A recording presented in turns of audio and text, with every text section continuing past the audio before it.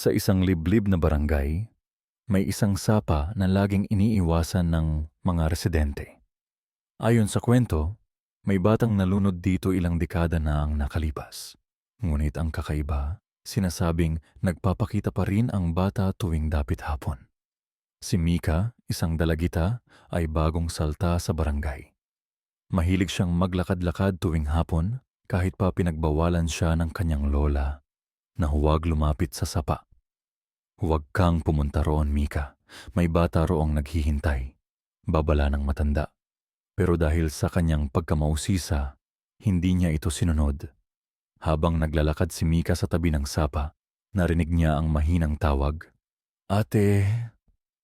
Lumingon siya at nakita niya ang isang batang nakaupo sa tabi ng tubig. Nakatalikod ito, ngunit umiiyak. Anong ginagawa mo dyan?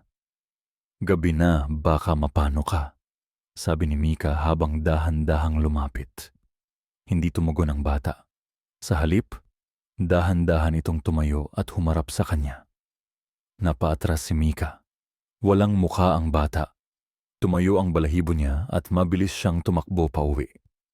Ngunit kahit nasa bahay na siya, naririnig pa rin niya ang mahinang tawag, Ate, Ate.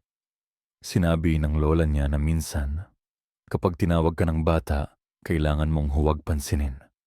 Pero gabi-gabi, tila nasa paligid ng bahay nila ang batang walang muka, naghahanap ng tulong o biktima.